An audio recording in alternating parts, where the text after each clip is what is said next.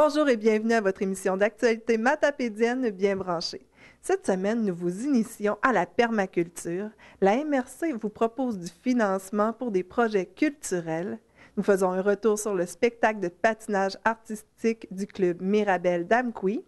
Marie-Pierre Pinel vous apprend comment respirer. Chloé Paquette veut vous inciter à faire un budget.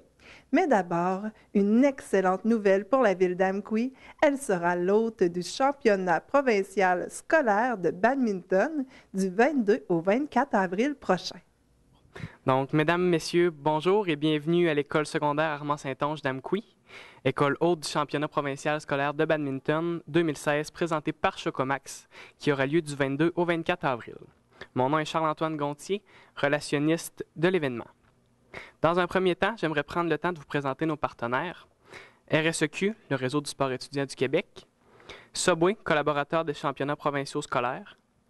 Let's Go, de Saputo. La ville d'Amqui. La commission scolaire des Monts-et-Marais. L'école secondaire Armand-Saint-Onge d'Amqui. Et RSEQ Est du Québec.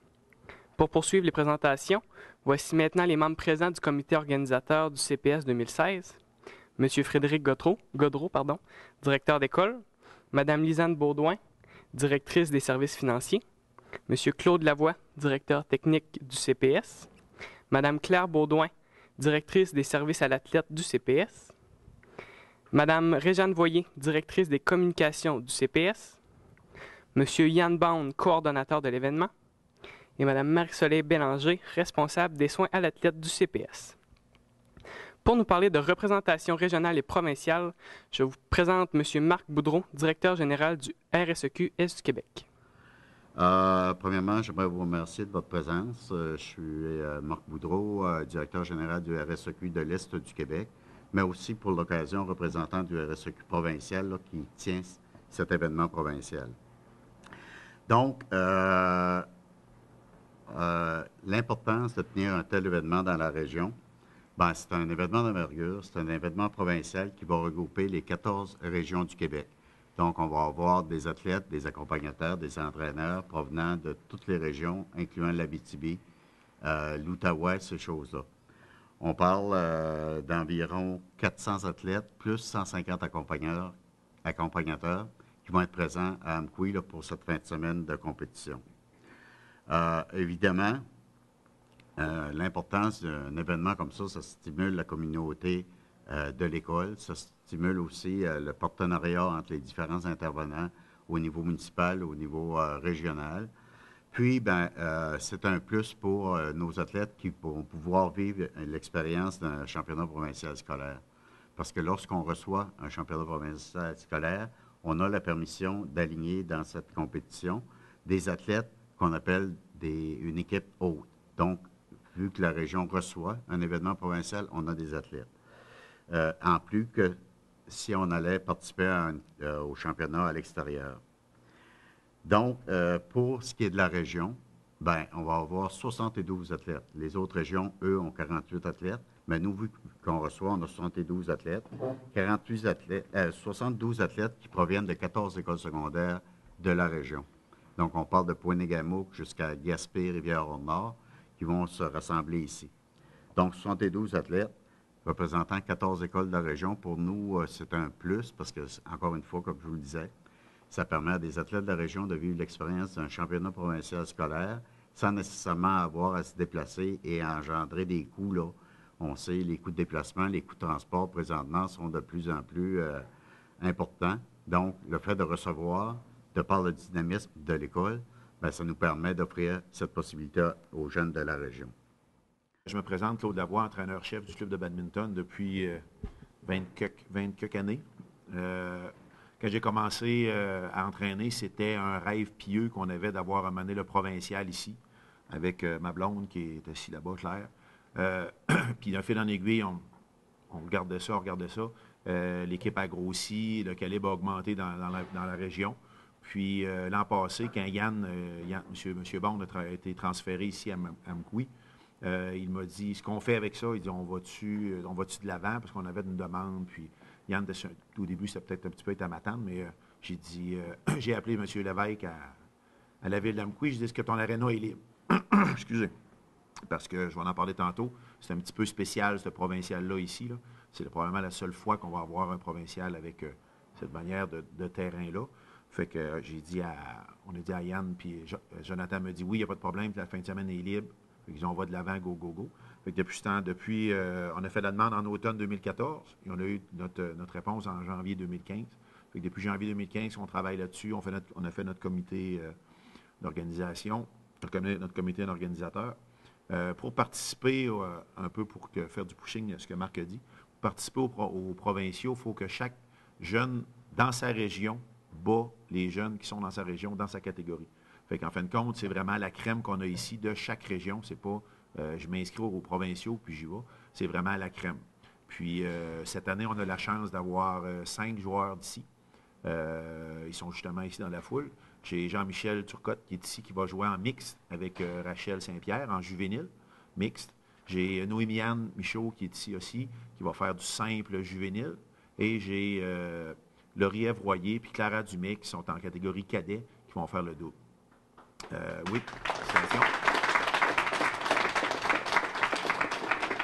D'autant plus que c'est le fun d'avoir des jeunes du coin qui se sont classés pour les provinciaux, vu que les provinciaux sont ici. Parce que ça aurait pu être n'importe où dans l'Est, mais d'Amqui, on en a 5, fait que c'est super plaisant. C'est super le fun. En plus, ce qui se passe, c'est qu'il y a beaucoup d'engouement. J'ai à peu près 15 jeunes qui m'ont dit, Claude, je ne suis pas classé pour les provinciaux, mais je veux y aller. Je veux aller virer, je veux aller voir ce que c'est. As-tu une job à me donner? Ils veulent me faire du bénévolat. Même ce matin, j'ai eu un courriel. Hey, tu me parlais en fin de semaine, mais je prends un job, puis dis-moi quand est-ce qu'il faut que j'arrive. Faut que j'emmène quelque chose, je m'habille comment? Les jeunes sont vraiment là, fébriles de l'événement. La compétition cette année se déroule spécifiquement ici et à l'Arena. Il va y avoir Sébec aussi, j'explique un peu. Le samedi, le déroulement, on va en parler peut-être un petit peu sur le PowerPoint tout à l'heure. Le samedi, c'est les rondes préliminaires et le début des séries qui se font. Le Benjamin double et le Benjamin mix se jouent à Sébec, à l'école de Sébec. On a remercié André Poirier et la commission scolaire d'avoir prêté les locaux. Ensuite, ici, ça va être toute la catégorie cadet et le simple Benjamin. Et ce qui est spécial cette année, et c'est une grosse première et une primeur, je pense, au Québec, ça va jouer dans l'Arena. Les juvéniles se jouent à l'Arena. On a loué 4 tapis de Badminton Québec et l'organisation a acheté 2 tapis pour produire les championnats à l'Arena. Et toutes les rondes finales se font à l'Arena le dimanche. Fait que tout le monde va avoir, ceux-là qui sont classés en finale, vont avoir la chance de jouer sur des tapis professionnels, des tapis universitaires qui vont être utilisés pour ça. Les retombées. Retombées pour l'école, on parle de visibilité. Dans le fond, de visibilité provinciale, de voir que l'école secondaire Armand-Saint-Onge, Amqui, va être sur toutes les lèvres des joueurs-joueuses de badminton au Québec, de niveau scolaire, puis même plus. Dans le fond, ce qu'on parle des entraîneurs qui représentent les écoles secondaires au Québec, vont savoir que Amqui fait partie de la manne des point de vue club de badminton, point de vue badminton. Donc, peu importe ce qu'on parle de visibilité, on pourrait parler de visibilité économique, parce que qui dit il va y avoir beaucoup de sous dans la région, les parents vont accompagner les hôtels, les restaurants, etc. Mais avant tout, ce qu'on parle, c'est de visibilité, de dire que Amqui existe provincialement pour un sport X, cette fin de semaine-là. Et en connaissant Claude et son équipe, je suis sûr qu'ils vont faire en sorte qu'ils vont s'en souvenir.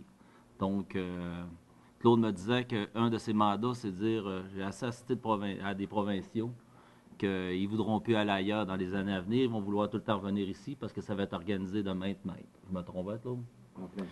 Je regarde l'équipe, je voudrais remercier l'équipe que Claude vous avez formée parce que je suis sûr et certain que faire en sorte que vous allez représenter la polyvalente, mais la municipalité, faire en sorte que, justement, sur toutes les lèvres, comme je disais tantôt, on va entendre parler Amqui en bien uniquement. Outre les retombées qu'on a parlé municipales, école, commission scolaire, ben, c'est une implication des jeunes du milieu. On est là avec le multival, dans le fond, c'est une réussite après 4 ans en multival. où ce qu'on est rendu à accueillir un champion provincial dans une des premières disciplines qui s'est impliquée en multival, parce que Claude, vous savez peut-être pas, mais c'est une histoire fou qu'on a jasé dans nos bureaux au début, d'avoir des concentrations sportives dans l'école quand vous étiez là, 4-5 ans. Donc, c'est comme pour nous, vous ne savez pas athlète, mais pour nous, c'est. Puis surtout pour Claude puis Claire, c'est vraiment la cerise sur le sundae d'avoir ce championnat provincial-là. Claude, il dit après 23 ans, mais pas qu'après 23 ans. Après 4 ou 5 années de multival où on a une concentration puis qu'on a des réussites académiques, mais on a des réussites sportives. Fait que une des retombées, c'est de dire enfin, on a quelque chose sur la scène provinciale après 4 ou 5 années avec le multival. Là, je suis en présence du comité organisateur du tournoi provincial de badminton. Ça représente quoi comme heure de travail pour pouvoir organiser tout ça? Les heures, on ne les compte pas parce que ça serait vraiment beaucoup, mais c'est beaucoup, beaucoup de travail sur un long temps. On a une grosse équipe avec nous, mais c'est beaucoup de choses, puis c'est une première. Donc, pour nous, c'était un petit peu plus stressant pour être sûr que tout arrive, puis que tout est correct, puis que le monde est heureux dans ça. Mais par contre, c'est une belle, je dirais, c'est quelque chose de beau pour les jeunes, pour tout le monde ici, puis c'est du travail. C'est un rêve de longue date, là. Oui, c'est un rêve depuis qu'on a commencé à entraîner les jeunes. C'est un objectif que moi et Claude, on s'avait mis pour que les jeunes puissent avancer, avoir des meilleurs entraînements, parce qu'on ne se cache pas que avoir tous les athlètes du Québec, ça nous permet de voir le calibre et tout ça, ça permet d'améliorer nos jeunes aussi. Puis depuis ça, là, on a évolué tranquillement, sur 23 ans. Là, on est rendu là. Prochain projet, on ne le sait pas, mais il va en avoir d'autres. Et puis, j'imagine que vous avez besoin encore de bénévoles, peut-être? Toujours. On ne refuse jamais les bénévoles. Tout le monde, il y a beaucoup de monde qui nous entraide, qui nous disent on veut faire, même que ce soit un petit job de rien, c'est sûr que nous autres, ça fait l'affaire. Ils peuvent venir nous voir ici, nous dire moi, j'aimerais participer. Il y a beaucoup de monde qui aimerait participer pour les jeunes, puis qui ne le peuvent pas. Mais nous, on accueille tout le monde. Tout le monde, puis on lui dit un gros merci d'avance.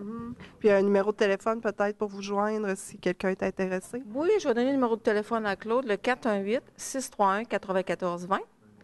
C'est son cellulaire, vous allez pouvoir le rejoindre. Sinon, vous pouvez appeler directement ici à l'école au 629-2201, extension 6346. Merci beaucoup. Merci.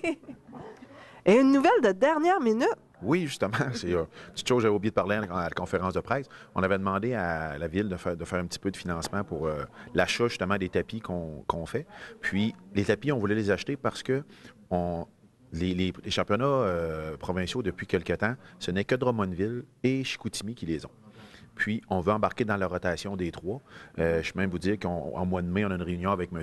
Boudreau. Et si on s'informe qu'il y a-tu le provincial, il y a-tu quelque part, puis il n'y a personne qui a levé la main, on lève la main. On veut embarquer dans la rotation des trois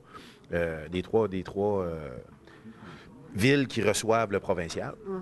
Fait qu'en ayant cette super de bonne nouvelle-là, on vient de financer une partie de nos tapis. Fait que c'est super plaisant. Fait que c'est une très, très, très, très bonne nouvelle. Puis on remercie beaucoup la Ville d'Amqui justement pour ça. Fait que on va vous faire une belle image, puis on va vous arranger que ça soit top-notch. Vous avez vos assises maintenant. Il reste juste à avoir le hockey. Et voilà, c'est ça. Il faut juste avoir le hockey. Puis même si on ne l'a pas l'an prochain, on veut demander pour revenir à tous les 3 ans, sûr. Si Drummondville le reprend ou Chicoutimi le reprend, Amqui, on va être dans la liste des 3. Félicitations. Merci beaucoup. Vous êtes aux prises avec des objets qui ne vont dans aucun de vos bacs poubelles? Dans la Matapédia, plusieurs options s'offrent à vous. Pour les objets encore utilisables, comme les appareils électroniques, les électroménagers, la vaisselle et les jouets, déposez-les à la ressourcerie de la Matapédia. Pour les vêtements en bon état, pensez à la friperie de la Rivière. Pour le béton, les briques et l'asphalte, pensez aux entreprises Michaud d'Amqui. Finalement, vos écocentres de Sébec, de Cozapscal et d'Amqui récupéreront les métaux, les résidus domestiques dangereux, les matériaux de construction, de rénovation et de démolition, les appareils électroniques, les électroménagers, les pneus de moins de 48 pouces ou les autres gros encombrants tels que les matelas et les tapis. On y récupère même, à certaines périodes de l'année, les résidus verts, les feuilles mortes et le bardeau d'asphalte. Pour plus d'informations et connaître les horaires de vos écocentres, composez le 418-629-4224 ou visitez le www.ecositedelamatapédia.ca. Quoi de mieux pour être en santé? Une excellente alimentation. Et encore plus si vous la faites pousser vous-même. Marie-André, on est ici chez toi parce que tu es une passionnée de permaculture. Puis explique-moi, c'est quoi la permaculture exactement? La permaculture, c'est un écosystème. C'est une façon de faire de l'agriculture ou de faire un jardin qui imite la nature. Fait que pour donner une image simple, on pourrait penser au jardin de Métis. Ceux qui sont allés au jardin de Métis, on va là puis on marche à travers des sentiers, il y a des pommettiers en fleurs, il y a des vivaces, il y a toutes sortes de fleurs, des couvre-sols. Mais ça, c'est de la permaculture, sauf qu'ils ont choisi les plantes en fonction des plantes qui sont jolies, qui font des fleurs. En permaculture, on va surtout choisir des plantes en fonction de qu'est-ce qui sont utiles pour l'être humain. Est-ce qu'ils sont comestibles? Est-ce qu'ils nous apportent une médecine, des plantes qui font des tisanes, qui peuvent aider contre les maux de tête? Qu'on peut consommer, finalement. Oui, c'est ça. Ou même qui peuvent faire des baumes pour la peau, pour aider quand on a des bobos, puis qui peuvent être utiles aux plantes qu'on va consommer. La règle la plus importante qu'on va observer partout dans la nature, le sol doit être couvert en tout temps. OK. Ça, là, si tu vas dans la forêt, là, tu vas, à part s'il y a un écureuil qui a été gratté, sinon tu ne vois jamais le sol à nu. Pourtant, un jardin, habituellement, on essaye d'enlever toutes les mauvaises herbes, d'avoir des beaux rangs tout droit, avec rien rentre. Oui, c'est ça qui nous cause beaucoup de travail, parce que aussitôt que le sol est à nu, la nature travaille pour que le sol soit couvert. Parce qu'un sol à nu, l'humidité va s'évaporer très, très vite. Puis même quand il pleut ou que la neige fond, tous les minéraux, les éléments nutritifs vont être emportés par l'eau de pluie ou par l'eau de fonte des neiges, vont être apportés plus creux où est-ce que les racines des plantes ne peuvent pas aller les chercher. Ou pire, ils vont être amenés dans les ruisseaux. Le plus grand produit exporté de toute l'Amérique du Nord, c'est la terre arable. Parce qu'à force de labourer les sols, puis qu'il pleut, puis que la neige fond au printemps, ça s'en va dans le fleuve, ça part dans les océans. Fait que pour retenir le sol, ça prend des racines. Ça prend au moins un pays qui amortit la pluie quand elle tombe. Fait que la première règle, le sol couvert en tout temps. Ça peut être avec du gazon coupé. Quand on passe la tondeuse, on peut ramasser le gazon qui a été coupé puis le mettre sur le sol de notre jardin. Par des feuilles mortes qu'on peut, si on n'a pas assez d'arbres dans notre cour, on peut aller en chercher à l'écosite. De la paille, même du carton. Il y a plein de choses qu'on peut utiliser pour couvrir notre sol en tout temps. Deuxième règle, cultiver en 3 dimensions. C'est ce que la nature fait. Dans un jardin, on va souvent avoir juste les rangs de carottes, ça va être en 2 dimensions. La nature va, pour utiliser, dans le fond, ce qui est gratuit, c'est le soleil. D'avoir différentes hauteurs. Oui, c'est ça. C'est ça. C'est le soleil, c'est ça qui est gratuit. Le reste, il faut qu'on le paye, là, il faut qu'on paye l'engrais. Mais le soleil, lui, là, c'est ça qui produit la nourriture, c'est ça qui produit les aliments. Fait qu'on va avoir un arbre, des arbustes, des plantes vivaces, des plantes couvre-sol annuelles, qui vont, même des plantes grimpantes. On peut utiliser les murs, les infrastructures qu'on a dans notre cour pour faire pousser des plantes grimpantes qui vont utiliser cette lumière-là puis pouvoir nous nourrir. Comme les haricots, ça peut grimper. Haricots d'Espagne, c'est très joli. Le houblon, même les courges, on peut faire grimper, les cocombes, les tomates. Puis les murs vont avoir tendance à prendre la chaleur, fait qu'ils vont redistribuer la chaleur aux plantes, qui va les aider à pousser. Parce qu'on n'a pas tout le temps beaucoup de chaleur dans la Matapédia. Je sais pas.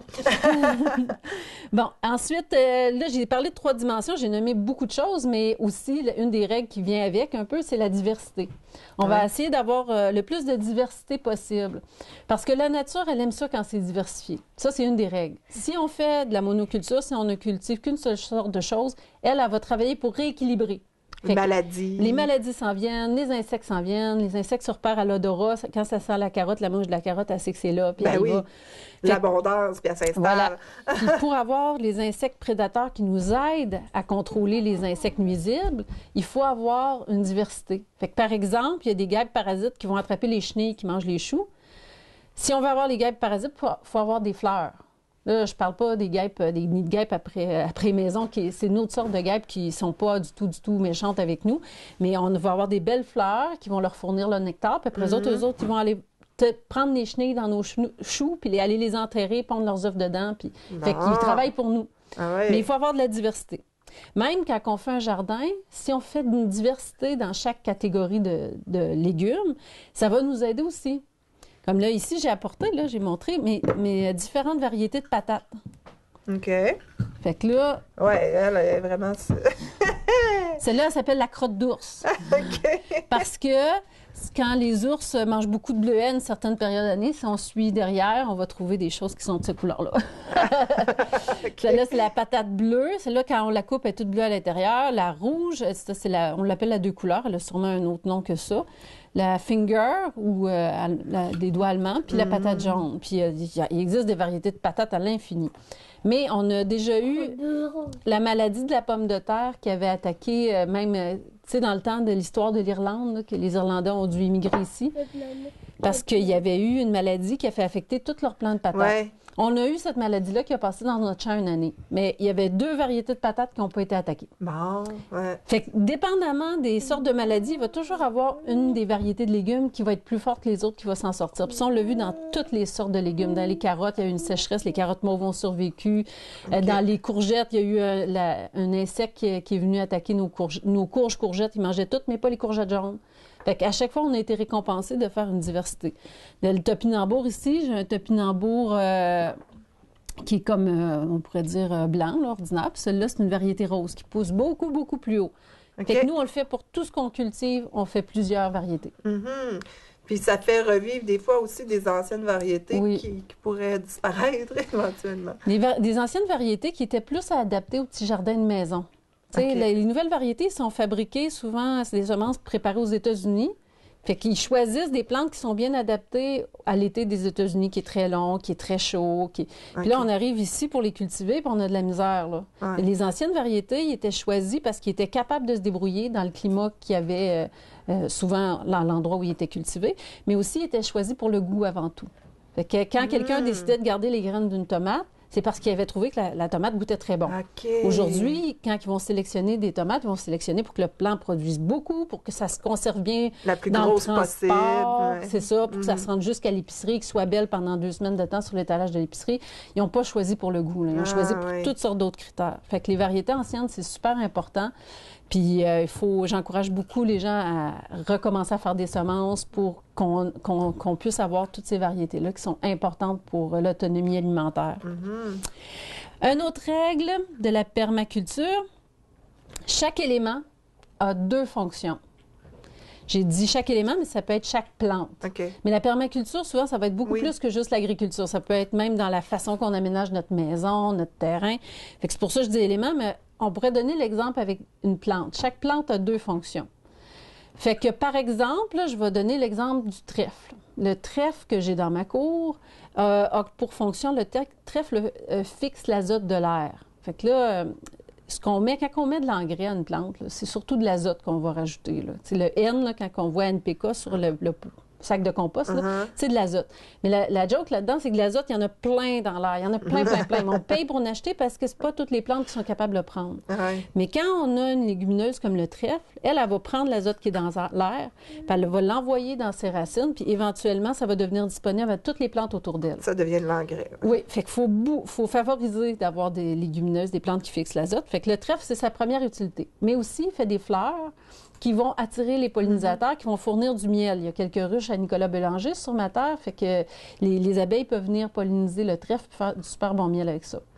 Et en plus, mais là, j'ai dit minimum 2, si on peut en avoir plus. Moi, les fleurs de trèfle, je les ramasse quand elles sont toutes belles, toutes roses. Je les fais sécher, puis là, tout l'hiver, je me fais des tisanes. C'est très riche en minéraux pour les femmes. Là, on a les règles une fois par mois. On a besoin de reminéraliser notre corps, fait que des tisanes de trèfle, c'est super bon pour la santé. C'est alcalinisant aussi. Bon. Fait que, tu vois, ça, c'est un exemple d'une plante qui a 3 utilités. Pas juste à être belle. Voilà. En fait, mon chum, il dit être belle, c'est pas un critère. Ça ne peut pas compter comme un. Et on renverse la règle. On dit chaque fonction essentielle est assurée par 2 éléments. Fait que, par exemple, la pollinisation. Moi, j'ai absolument besoin de pollinisateurs pour avoir des tomates, pour avoir des courges, puis des pommes. Si j'ai pas de pollinisateur sur mon terrain, j'ai pas de fruits. Tout fruit, oui. Fait que là, comment je vais être sûre que je vais avoir des pollinisateurs? Bien, j'ai Nicolas Bélanger qui laisse des ruches. Fait que déjà, j'en ai un, j'ai les abeilles.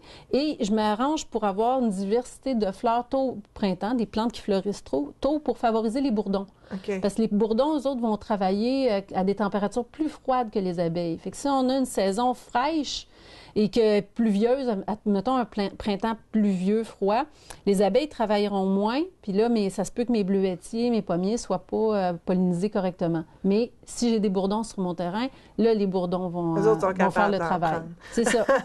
Fait que chaque élément a 2 fonctions et chaque fonction essentielle est assurée par 2 éléments. On a un backup pour qu'est-ce qu'on a absolument besoin. OK.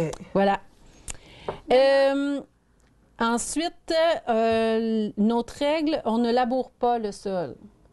OK. C'est virer à l'envers tous les printemps.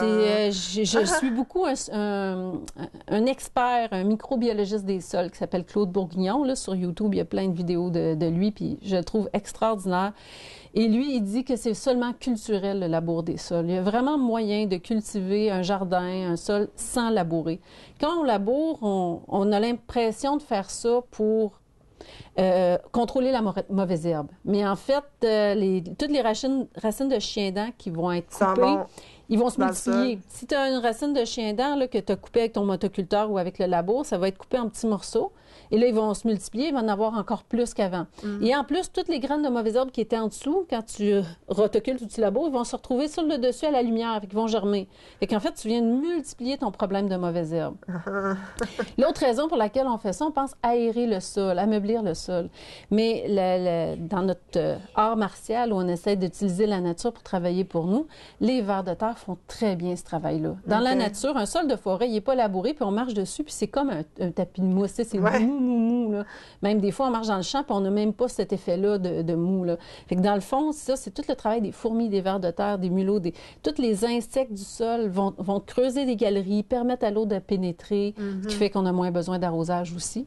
Fait que ils font ce travail-là pour nous. Il s'agit juste de rajouter, en rajoutant du paillis, du mulch, ils viennent manger ça, eux autres, les gazons coupés, les feuilles mortes, puis ils vont faire le travail d'ameublir le sol. Fait qu'on nuit beaucoup plus au sol. Parce qu'on fait une semelle de compaction aussi, là. Si on rotoculte, motoculte ou qu'on laboure à ça d'épaisseur, bien, au fond, là, il y a on appelle ça une semelle, c'est un endroit qui va être dur parce que la lame va avoir tapé dessus. OK. Fait que ça serait beaucoup mieux. C'est beaucoup de travail pour se nuire, finalement. Oui, c'est ça. Mais pour quelqu'un qui part en vacances l'été, par exemple, puis qui se dit, bon, ben là, j'aurais peut-être pas nécessairement le temps de m'occuper de tout ça, qu'est-ce que tu répondrais à ça? Bien, faire de la permaculture dans sa cour, c'est vraiment un geste écologique, c'est un geste environnemental, parce en favorisant une diversité de plantes, on favorise une diversité d'oiseaux, de papillons. Fait que si j'installe la permaculture, admettons que j'installe un bel amélanchier qui va faire plein de fruits ou d'un cerisier, puis avec plein de plantes à la base, c'est autonome. Après quelques années, tu n'as plus à t'en occuper, il reste juste à cueillir. Et puis, si tu n'as pas le temps de cueillir parce que tu es parti en vacances, les oiseaux vont s'en occuper. Ça, il n'y a aucun... Fait que dans le fond, on se trouve à favoriser les oiseaux, puis c'est plus facile que de remplir une mangeoire, finalement, parce que les plantes vont s'occuper d'elles-mêmes. Puis, si on veut avoir plus d'informations, est-ce que c'est possible de t'appeler ou de consulter un site Internet ou une page Facebook intéressante? Oui, en fait, on a créé une page Facebook dans la Matapédia pour favoriser les échanges.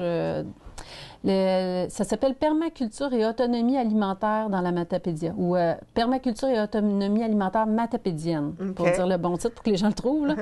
Dans le fond, l'objectif de ça, c'est qu'en permaculture, la plupart des plantes se partagent.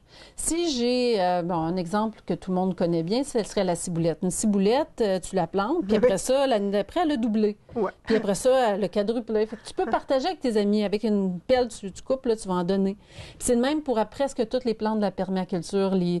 Si j'achète un arbuste qui va faire des fruits, je vais pouvoir partager les graines pour que les gens puissent en faire pousser chez eux. Fait qu'il y a vraiment un partage, ça crée un partage parce qu'il y a une abondance. Quand tu commences là-dedans, tu commences à avoir de plus en plus d'abondance de nourriture et de plantes et que ça donne envie de partager. Puis c'est le fun de le faire avec les gens de la Matapédia. Puis pourquoi autonomie alimentaire matapédienne? C'est parce que la permaculture, ça nous permet de mieux nous nourrir, de créer... Ça devient accessible c'est une façon pas chère. Presque gratuitement. Oui, de se nourrir pendant l'été, même de faire des réserves pour l'hiver. Même à Yellowknife, qu'on pourrait dire qui est un endroit au Canada qui est extrêmement froid, ils se sont dotés d'une charte d'autonomie alimentaire. Parce qu'eux autres, c'est arrivé au printemps que leur route devenait inondée par l'eau. Et là, les transports de nourriture ne pouvaient plus se rendre. Okay. Au bout de 3 jours, les épiceries étaient vides. Oh là! Et là, ils ont compris qu'ils étaient en grand danger. Parce qu'à partir du moment où ce qu'on a à l'épicerie vient des États-Unis, s'il arrive, des États-Unis ou n'importe où dans le monde, s'il arrive un événement majeur, une sécheresse, même quelque chose qu'on a vu par les années passées, mais un peu pire, ou par hasard, ça arrive à 2-3 pays en même temps qui nous nourrissent. C'est sûr que s'ils produisent de la nourriture, ils vont la garder pour eux en même temps, là, en premier. Ben oui. Ils vont pas dire on va nourrir le Canada parce que c'était des bons clients, ils nous ont toujours acheté. Non, ils vont le garder pour eux autres. Fait que nous, on va se retrouver avec quoi, tu sais? Fait qu'il faut se préparer à ça. Faut pas attendre que les épiceries soient vides puis se dire qu'est-ce qu'on fait, comment qu'on fait pour manger, tu sais. Sans être alarmiste, ça peut arriver. C'est ça, c'est de se préparer tranquillement en ayant du plaisir aussi parce que le jardinage est un des plus grands sports pratiqués au Canada par les personnes. C'est une façon de bouger, de prendre l'air. Puis quand on voit tous les oiseaux puis les papillons qui viennent autour de nous pendant qu'on fait ça, c'est pour la santé mentale. C'est assez zen, hein? Fait que dans le fond, moi, ce que j'aimerais, c'est créer un mouvement dans la Matapédia de gens qui ont du plaisir à jardiner, qui partagent leurs trucs aussi parce qu'on a un climat différent de ce qui est ailleurs au Canada. Quand on prend un beau livre sur le jardinage qui nous disent de semer au mois de mars, bien, nous autres, il y a encore de la neige au mois de mars, ça ne s'applique pas. Mais en partageant ensemble, on peut trouver des trucs qui nous permettent de produire de plus en plus de légumes, de fruits, puis partager nos surplus. Si moi, j'ai un surplus de courge, quelqu'un d'autre a un surplus d'ail, on peut partager, troquer ensemble. Il y a un gros courant d'émissions de cuisine. Là. On pourrait repartir à la base, là. Les faire pousser, les légumes et les fruits. C'est ça. C'est une façon de rendre... Quelle plus grande façon de donner de la santé à un enfant que de faire un jardin, puis l'enfant, il va goûter directement du plant, un petit pois sucré, une carotte qui vient d'arracher, il n'y a rien de meilleur. Fait que là, tu n'es pas obligé de le forcer à manger des légumes. Là. Il a envie de le faire parce qu'il voit ses parents ou ses grands-parents en train de jardiner. Oui, il va devenir une petite bête du jardin qui va aider la permaculture. Alors, merci beaucoup, Marie-André. Ça fait plaisir. En tout cas, on se revoit pour une autre capsule qui va parler de quoi? On va parler des trucs pour créer un écosystème dans sa cour. Parce que si on veut que la nature travaille gratuitement pour nous, il faut l'inviter à venir dans notre cour. Même si dans la Matapédia, on a l'impression d'être dans la nature tout le temps, mais il y a des petits trucs pour augmenter encore les alliés qu'on appelle, toutes les petits éléments de la faune qui vont venir nous aider. Rendez-vous pour la semaine prochaine. Merci! Afin de répondre aux besoins des gens de la vallée de la Matapédia, nous vous présentons le complexe funéraire de la vallée. C'est sans pression, selon vos choix, combiné à notre savoir-faire et notre profond respect, que nous vous garantissons la qualité de nos services. Nous sommes toujours disponibles, nous sommes uniques et nous vous accompagnerons en toute discrétion. Pour plus d'informations, 631 14 99. De la culture dans votre cour, nous passons maintenant à la culture de l'esprit. Voici différents financements auxquels vous pourriez avoir droit pour réaliser un projet culturel. Pascal, il y a une nouvelle entente de développement culturel dernièrement à la MRC. Est-ce que tu peux m'expliquer comment ça fonctionne et comment on peut appliquer? Oui, en fait, c'est la 3e entente de développement culturel que la MRC de la Matapédia signe avec le ministère de la Culture et des Communications. Encore cette année, on a la chance d'avoir un partenaire privé qui est la Caisse des Jardins Vallée de la Matapédia qui nous appuie dans le déploiement de cette entente-là. Pour ce qui concerne à l'échelle de la MRC, c'est une entente avec une enveloppe de 45 000 $ qui va se déployer autour de 8 grands projets que je vais vous décrire. Il y a 4 projets pour lesquels il y a actuellement un appel de dossier. Donc, on a besoin que les organismes, on a besoin que le milieu prenne connaissance de ces appels de projets-là puis nous transmettent des demandes pour qu'on puisse les soutenir. Donc, on a un appel de projet pour implanter un réseau de boîtes à livres dans la Matapédia. Donc, des petites bibliothèques libre-service où les gens peuvent prendre un livre ou donner un livre. On veut en implanter dans quelques municipalités, dans quelques milieux. Puis, justement, les milieux peuvent nous faire une demande pour qu'on leur fournisse une boîte comme ça, qu'on aille l'installer chez eux. Bien, comment la ressourcerie, ils ont un croque-livre, ça peut-tu faire partie de ça? Ou? C'est un projet qui est inspiré de ça, qui est dans la même vague que ça. Le croque-livre de la ressourcerie est déjà installé depuis quelques mois. Il y a aussi une bibliothèque libre-service qui est au dépanneur Ami Duo, ici à Amqui. Mais on veut en mettre ailleurs dans la vallée, puis qu'il y ait un peu un réseau de bibliothèques comme ça dans d'autres municipalités pour justement que les gens puissent gratuitement avoir accès à la lecture, puis aussi rendre disponibles eux-mêmes des livres qu'ils ont à la maison et qu'ils voudraient partager avec d'autres lecteurs. Donc, on a cet appel-là. On a aussi un fonds dédié aux bibliothèques municipales matapédiennes, qui est un fonds d'aide à l'action dans les bibliothèques. Les bibliothèques qui veulent organiser des activités, qui veulent faire du réaménagement, qui veulent avoir une section enfants, qui veulent mieux accueillir, rendre de meilleurs services, être plus accessibles, être plus dynamiques dans leur milieu. On a des sous pour les aider, ils peuvent nous déposer une demande. Ensuite de ça, on a le fonds de soutien aux initiatives culturelles pour tous les organismes, les individus qui voudraient nous déposer un projet à saveur culturelle, ça peut passer par ce fonds-là. Le soutien peut aller jusqu'à 2000 $ ou jusqu'à 1000 $ pour les individus. Puis le fonds est séparé en deux. Il y a un volet réservé pour le patrimoine, donc pour les actions qui vont toucher le patrimoine matapédien, puis un volet général où les autres projets peuvent se qualifier. Et ensuite de ça, dernier appel de projet, et que je ne l'ai plus dans la tête pantoute, c'est le projet Accès Culture. En fait, c'est un projet qu'on a déjà essayé l'année dernière qui vise à rapprocher les gens qui sont dévitalisés culturellement, donc qui ne participent pas aux activités culturelles de la région. On veut vraiment abattre les contraintes qu'ils peuvent avoir pour participer à ces activités-là, que ce soit par manque de sous, par manque de transport, parce qu'ils n'ont pas d'accompagnement, ils ont peur de participer à ces activités-là. Il y a plein de raisons qui font que les gens ne participent pas nécessairement aux activités culturelles. Puis nous, avec Accès Culture, on sollicite les organismes communautaires du milieu qui travaillent avec ces clientèles-là pour former un groupe. Puis nous, on va venir avec des sous les appuyer pour qu'ils puissent participer aux activités. Donc, c'est vraiment une belle occasion pour toutes sortes d'organismes matapédiens, peu importe où ils sont sur le territoire, d'ajouter à leur programmation ou de faire vivre à leur clientèle une expérience culturelle dans la région. Donc ça, c'est vraiment les 4 appels de projets qu'on a actuellement. La date limite pour déposer, c'est le 13 mai. Toute la documentation est disponible sur le site Internet de la MRC de la Matapédia, donc au www.mrcmatapédia.qc.ca.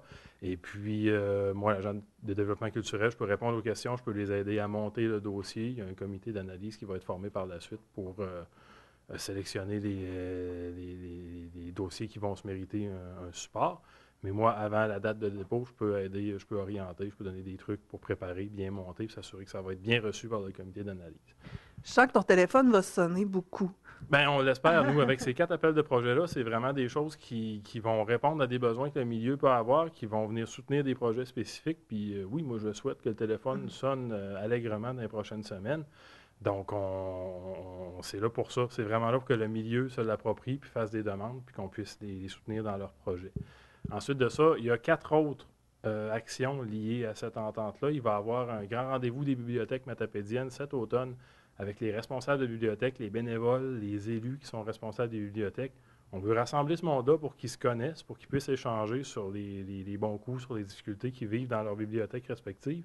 Puis on veut leur donner un petit peu d'outils pour que les bibliothèques soient de plus en plus dynamiques dans la région. C'est vraiment des lieux de culture qui sont uniques dans les municipalités. On veut qu'ils prennent toute la place qui leur revient dans chacun des milieux, justement, de la Matapédia. Donc, en les réunissant et en leur donnant un coup de pouce pour s'outiller, on pense que ça va leur donner un aide-aller pour le futur. Ensuite de ça, on va réunir aussi tous les acteurs du milieu culturel, tous les gens qui sont intéressés par les arts et la culture dans la vallée pour une espèce de grand rendez-vous des arts, un colloque sur les arts. Ça fait un peu le parallèle avec la tournée Vitalité culturelle qui s'est arrêtée dans la région il y a 2 ans. À ce moment-là, on avait une 50aine d'intervenants du milieu culturel qui s'étaient réunis, qui avaient réfléchi, qui s'étaient posé des questions, qui avaient établi des constats, puis qui avaient trouvé des solutions pour répondre à ces constats-là. Donc, c'est vraiment un exercice de concertation pour définir notre stratégie de développement culturel pour les prochains mois, les prochaines années. Donc, ça devrait se réaliser l'automne prochain. Est-ce qu'il y a des dates de fixer déjà pour ces 2 rendez-vous-là? Ou... Pour ces 2 rendez-vous-là, ce n'est pas fixé encore. C'est sûr que ça va avoir lieu en 2016. Mais ce n'est pas encore arrêté. Ça va être l'automne prochain. Okay. Ensuite de ça, cet été, on a un programme d'animation du livre dans les camps de jour. Donc, on veut proposer au camp de jour de la vallée une activité clé en main qui va tourner autour du livre, autour de la lecture, puis qui vont pouvoir proposer aux jeunes qui vont fréquenter les terrains de jeu. Et puis, dernier projet, dernière action, on vient en support au site historique Matamadjak aux Abscales pour les doter d'un plan d'affaires qui va être à jour, d'un plan de de marketing, vraiment d'une analyse de leur fonctionnement pour assurer la pérennité de ce musée-là qui est toujours en recherche de solutions pour vraiment s'assurer d'avoir eux aussi un air d'aller pour les prochaines années, de se stabiliser puis d'être le plus solide possible pour rester impliqués dans le milieu puis continuer à remplir leur mandat. Donc, on leur vient en aide pour faire les études, faire les travaux qui vont mener à l'établissement de ce plan d'affaires-là, puis qu'on espère que ça va les consolider. Fait que c'est les 8 actions qui viennent un peu, qui forment l'entente de développement culturel à l'échelle de la MRC. À ça s'ajoute un volet spécifique à Sébec. On sait que Sébec est vraiment, comme avec le Salon des mots, ils vont de l'avant pour la culture. Oui, à Sébec, il y a vraiment une volonté de bonifier, de dynamiser la culture là-bas. Puis c'est grâce à ça qu'on les a inclus dans l'entente. Il y a un volet où il y a 10 000 $ qui est financé d'une part par la municipalité de Sébec, d'autre part par le ministère de la Culture. Puis ça va donner lieu à 4 actions spécifiques au milieu de Sébec. Donc, ils vont vraiment se dérouler à Sébec. C'est des actions qui vont toucher la littérature, qui vont toucher le théâtre, qui vont toucher aussi l'histoire, puis les témoignages, l'histoire orale, les souvenirs que les gens ont. Puis c'est beaucoup des activités qui vont faire appel à la population, qui vont soit former la population ou qui vont en tirer profit, les faire participer. Donc, ça va être intéressant à suivre aussi. Toutes ces actions-là, que ce soit celles de Sébec ou celles à l'échelle de la MRC, vont se déployer en 2016. C'est une entente d'1 an. Et puis, on espère par la suite être capable de signer une nouvelle entente de développement culturel avec le ministère de la Culture, peut-être sur une plus longue période pour avoir des actions un petit peu plus longues qui vont être plus structurantes puis qu'on va pouvoir suivre dans le temps plus longuement que celles qu'on met en place pour cette année. Est-ce que la date limite est la même pour Sébec aussi? Du côté de Sébec, ce n'est pas des appels de projet, c'est vraiment des actions qui vont être coordonnées par la municipalité et par des organismes du milieu. Donc, dans leur cas, les dates ne sont pas nécessairement fixées. Il y a certaines choses qui vont se faire pendant le Salon des mots, d'autres choses qui vont se faire dans les prochains mois, puis ça va être annoncé en conséquence du côté de Sébec. Alors, je pense qu'avec tout ce développement-là, ça va grouiller encore une fois dans la vallée. Et pour avoir plus d'informations, évidemment, c'est toujours toi qu'on contacte. Oui, directement à la MRC. Puis, c'est vraiment important de ne pas oublier que la date limite pour les appels de projet, pour les boîtes à livres, pour le Fonds des bibliothèques, le Fonds de soutien aux initiatives culturelles et le programme Accès Culture pour les organismes communautaires. Pour ces 4 appels-là, la date limite est le 13 mai. Puis on n'a pas beaucoup de tolérance. Si ça rentre quelques jours après, on veut vraiment que la date limite soit respectée. Donc, il reste quelques semaines. On invite le milieu à se mobiliser. Merci. Merci. Le cinéma fait évidemment partie de notre culture. C'est sur ce thème que les patineurs artistiques du club Mirabel d'Amqui ont performé le 3 avril dernier à l'Arena. Pour leur 42e spectacle annuel, les spectateurs ont vu défiler les personnages d'histoires de jouets, d'Avatar, James Bond et de la guerre des Tucs. Des plus petits aux plus expérimentés, ils ont tous donné leur maximum. Un travail de longue haleine, toujours aussi éblouissant d'année en année. Félicitations au comité organisateur et à l'an prochain. Cette semaine, Marie-Pierre Pinel va vous apprendre ce que tout patineur artistique doit maîtriser, savoir respirer. Marie-Pierre, on va parler de prendre une pause pour respirer. Oui. C'est important à respirer. Vraiment. En tout cas, on n'essaiera pas d'arrêter parce que sinon, ça ira pas bien. Non, c'est ça. Il n'y a pas juste la santé mentale qui va en prendre. Donc, en fait, dans le cadre de la semaine de la santé mentale, il y a toujours une campagne annuelle qui s'installe. Puis, en 2015, en fait, c'était prendre une pause pour dégager votre esprit. Donc, il y a 52 pauses qui sont proposées à la population afin de prendre soin de soi, de prendre un temps pour s'arrêter, pour prendre soin de notre santé mentale. Mm-hmm. Donc, cette semaine, on parlerait en fait de prendre une pause pour respirer. Mm-hmm. Donc, je pense que c'est très approprié à notre société qui va vraiment vite, qui est axée sur la performance. Donc, on veut que tout soit performant, que tout soit parfait, ouais, le plus possible. Oui, c'est ça. Donc, on va vite, on prend pas le temps de s'arrêter. Puis souvent, quand on entend parler de méditation, relaxation, les gens ont peur, ils ont c'est un autre monde. Pas envie. Mais en fait, de prendre le temps de respirer, de prendre une pause pour se concentrer sur notre respiration, ça a autant d'effets bénéfiques. En fait, c'est de la méditation, mais ça paraît moins en aide parce que tout le monde doit respirer. Oui. Donc, Je vous invite à écouter la vidéo, vous allez mieux comprendre en fait les principes.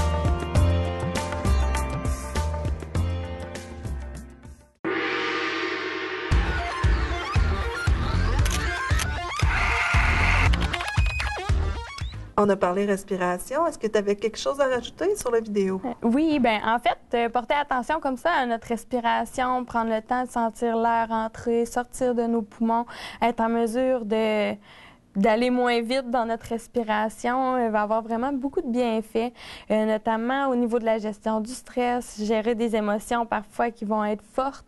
On sait que sur le coup de la colère, si on prend pas le temps justement de respirer comme ça, des fois ça peut sortir de façon explosive, amener beaucoup de répercussions au niveau de nos relations et tout. Oui, puis à l'inverse, si on prend le temps de respirer, des fois ça peut changer toute la perception. Oui, ça change la donne. Des fois, on trouve des mots plus justes qui vont faire moins mal pour exprimer justement ce qu'on vit. Donc, ça a vraiment beaucoup de bienfaits. Comme je disais, les émotions, stress, anxiété, ça va être beaucoup gérable par la respiration, en fait, sur le coup. Puis, en plus d'apaiser plusieurs maux donc qu'on peut avoir au niveau du corps. Si on pense aux femmes enceintes qui vont accoucher, la respiration aide de beaucoup. Donc, c'est une bonne alternative aussi, comme je disais tout à l'heure, pour méditer sans vraiment avoir les doigts et tout le kit. Ben oui. Bon, puis si on veut avoir plus de trucs, est-ce qu'on peut te contacter directement? Oui, effectivement. Donc, au 418-723-6416, poste 105, ou par courriel, en fait, à l'adresse qu'on va voir au bas de l'écran. Puis, j'aimerais ajouter, en fait, si jamais les gens sont intéressés par, en fait, les outils qu'on offre dans le cadre de la Semaine nationale de la santé mentale, bien, n'hésitez pas à nous contacter également. On peut vous fournir des outils. Il y a plein de belles brochures avec beaucoup d'informations au niveau des pauses notamment. Puis, des posters, des collants et tout. Bon, mais ça aide à se rappeler tous ces outils-là. Puis, merci beaucoup. Merci, bonne journée. Le recyclage est une excellente façon de réduire l'enfouissement du tiers de nos matières résiduelles. Le bac bleu sert à récupérer les contenants, les emballages et les imprimés recyclables. Il en existe 4 grandes catégories: le papier et le carton, le verre, le plastique, le métal. Pour plus d'informations sur les matières acceptées ou refusées, visitez le site Internet de la MRC sous l'onglet « Matières résiduelles ». Le surendettement peut parfois nous couper le souffle, mais faire un budget peut nous faire respirer un peu.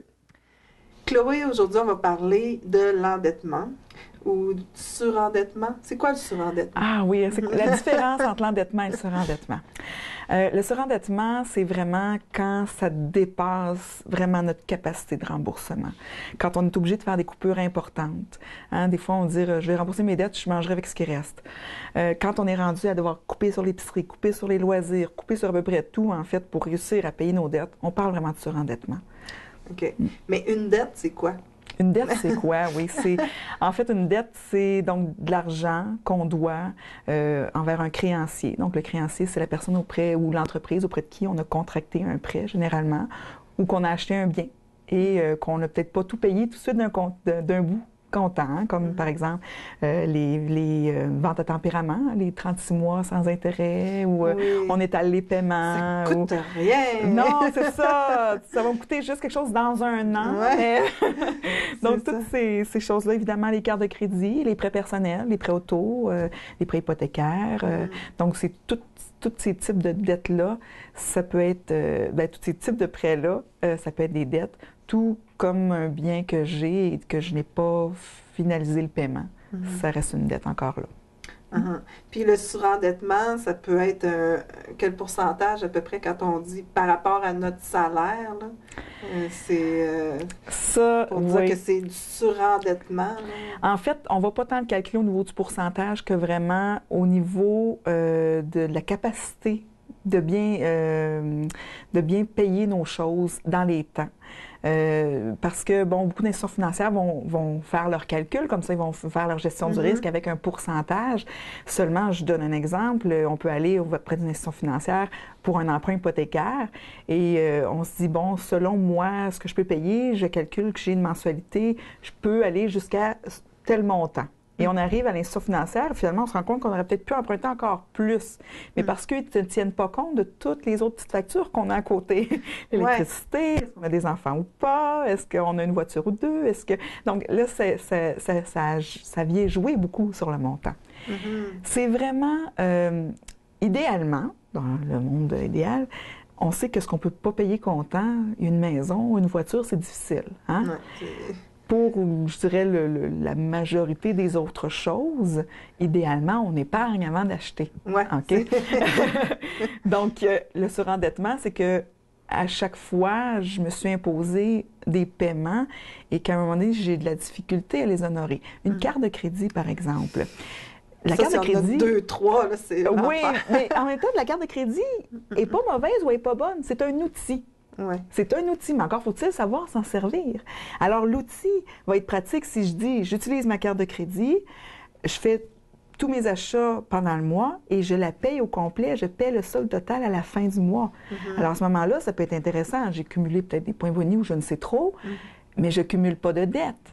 Je n'ai pas payé d'intérêt parce que je l'ai payé au complet. Mais c'est sûr que si je paye seulement le montant minimum à chaque mois, oui, là, c'est une dette qui peut s'étirer. Et par dette, j'entends aussi frais d'intérêt, peu importe le type de dette. Et non seulement, là, je sais que je perds de l'argent aussi, seulement en intérêt. Oui, parce que les intérêts, ça monte très vite. Ça monte très vite, effectivement. Puis, c'est quoi les solutions pour s'en sortir? Là, quand on a, là, jusqu'au cou, là. C'est petit, là. On dit, je commence à étouffer un peu. Idéalement, on ne se rend pas là, OK? Mais que vous soyez rendu aux chevilles, aux genoux, au cou ou par-dessus la tête, il y a toujours possibilité de s'en sortir. C'est sûr que la solution va changer, mais il y en a vraiment plusieurs.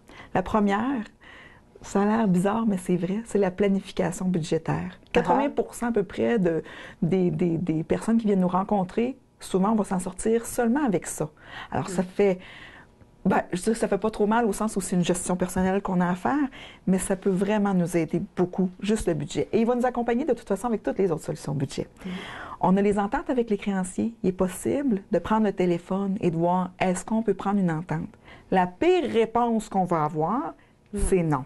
C'est le pire qu'on peut rencontrer. Donc, on tente le coup parce que ça se peut qu'on se fasse aussi dire oui, OK, on va pouvoir. Donc, il y a ça. Il y a aussi la possibilité des fois de vendre des actifs. J'ai une motoneige, j'ai une roulotte, une maison même. À ce moment-là, ça peut nous permettre de respirer, régler les dettes qui sont peut-être plus lourdes et pouvoir repartir à neuf. On a également la consolidation, qu'on connaît peut-être plus aussi, où est-ce que là, on va emprunter un montant auprès de notre institution financière pour payer toutes ces petites dettes ou ces grosses dettes qui traînent autour et avoir seulement un montant à rembourser auprès de mon institution financière. Cependant, il y en a beaucoup qui font de l'espoir là-dessus, mais si vous avez déjà cumulé des retards, il va falloir penser à autre chose. Parce que ça, la consolidation, c'est vraiment une mesure qu'on va prendre, je dirais, préventive. Quand on fait notre budget de façon régulièrement, on va se rendre compte, dans 1 mois, 2 mois ou dans 6 mois, ça va être trop difficile. Ouais. Alors, je vais prendre une solution là, maintenant. Ben, quand ça devient compliqué, on a beaucoup de dettes en même temps. Oui, c'est ça. Ça peut être une solution qui va simplifier les choses, notre organisation. Mais si on a déjà cumulé du retard, on a déjà des agences de recouvrement qui nous téléphonent sans cesse, à ce moment-là, on va trouver d'autres solutions aussi.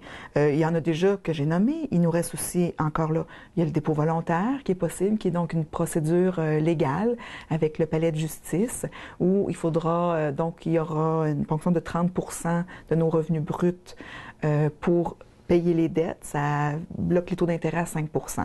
C'est pas magique, c'est une solution souvent temporaire, mais ça existe. Si les gens veulent des questions, ils peuvent venir nous voir, on va pouvoir les aider à calculer ça aussi. Et enfin, il existe la proposition du consommateur et la faillite. Alors, je parle des deux en même temps parce que les deux relèvent du syndic de faillite. La différence, c'est que la proposition du consommateur va vraiment permettre un remboursement de nos dettes. Les taux d'intérêt vont être bloqués à 0 %. À ce moment-là, le syndic va prendre entente avec les créanciers pour négocier les montants. C'est sûr que ça a un impact à notre dossier de crédit. Oui. Hein, on ne s'en tire pas indemne complètement. Pendant combien de temps? Pour une proposition consommateur, c'est vraiment une durée maximale de 5 ans, par des versements mensuels qui vont se faire. Mais ça peut nous permettre de se relever, ça peut nous permettre parfois d'éviter des saisies parce qu'on s'engage à faire un remboursement. Hein, parce que l'idée, c'est de les rembourser, ces dettes-là. Et peut-être à ce moment-là, de peut-être mieux se questionner la prochaine fois sur des consommations, mais notre façon de consommer, c'est sûr que des fois dans la vie, elle nous amène des coups durs. Parfois, c'est pas notre faute non plus. Ça peut être qu'on a perdu notre emploi, ça peut être une maladie. Faut aussi pas oublier ça. Quand ça nous arrive, on peut pas le prévoir. Donc, l'idée, c'est que oui, ça peut faire mal, mais qu'après, quand la solution a été trouvée, peu importe ce qui nous a amené là, on se sent tellement mieux. Tellement mieux parce qu'on se dit, OK, je peux souffler et là, je vais pouvoir revoir mes choses pour essayer d'adoucir ma vie, tout simplement. Puis enfin, il y a la faillite. Où est-ce qu'à ce moment-là, il faudra donc remettre nos biens. On va nous laisser pour 6 000 $ de meubles d'utilité courante. Et donc, oui, on va rembourser ce qu'on peut de dette avec nos biens. Pour le reste, ça sera des pertes. Mais donc, on fait table rase et on recommence. Mais comme si on travaille, je pense qu'ils laissent le véhicule ou des choses... Ça va vraiment dépendre des négociations et c'est ça, Là, le syndic de faillite va vraiment voir... C'est cas par cas, j'imagine. Oui, parce qu'il faut vraiment que le véhicule, c'est ça. Et encore là, même si ça pour aller travailler... Ça dépend de sa valeur, ça dépend de quel type de travail, ça dépend de plusieurs choses. Donc, il faut voir, faut faire une évaluation à ce moment-là par un syndic. Mais si les gens ont des questions là-dessus, qui ne savent pas trop, bien encore là, une consultation budgétaire peut vraiment les guider. Puis nous, on pourrait évaluer à ce moment-là si on dit, ben oui, allez voir un syndic, ça peut être pertinent, ou non, on va pouvoir trouver une solution qui va faire moins mal, mais il faudra évidemment y mettre les efforts parce que il n'y a rien de magique. Ça ne se fait pas tout seul. Non. Mais on peut vous contacter aux coordonnées habituelles. Oui, absolument. Donc, on invite les gens à nous contacter au 418-562-7645 ou encore au numéro sans frais, le 1-866-566-7645 ou via notre site Internet, le www.acfpeninsule.ca. Merci beaucoup. Ça fait plaisir. C'est ce qui complète l'émission pour cette semaine. Pour promouvoir une nouvelle ou un événement, contactez-moi au 418-629-4503 ou par courriel à l'adresse journaliste@tvc-matapedia.com. Vous pouvez aussi nous trouver sur Facebook pour interagir avec nous ou encore aller écouter nos émissions sauvegardées au tvc-matapedia.com. Sur ce, je vous souhaite une excellente semaine et la meilleure des chances au Télébingo ce dimanche à 12h30. Informatique Bar-Est assure l'entretien du parc informatique de votre TVC. Informatique Bar-Est offre un service informatique résidentiel, commercial et industriel.